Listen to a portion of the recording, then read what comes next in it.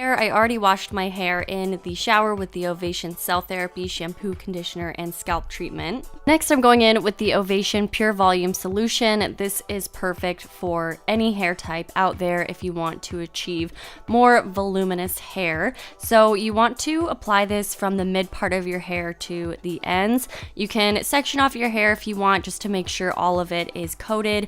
You want to do about 6 to 8 pumps, and I think I ended up doing about 7. And since this is heat activated, you'll want to go ahead and blow dry your hair right afterwards. Of course, depending on your hair type, you might want to use more or less of the Pure Volume styling solution. It all just depends on how thick or thin your hair is, but I did find about 7 pumps worked well for me, and I usually like to use a brush when I blow dry my hair just to make sure everything is smoothed, and you can over direct your roots so that you get even more volume at the roots of your hair. Since you didn't put any of the product on the roots, it's mostly focused on like the mid parts to the end. So if you can see already, my hair is super bouncy.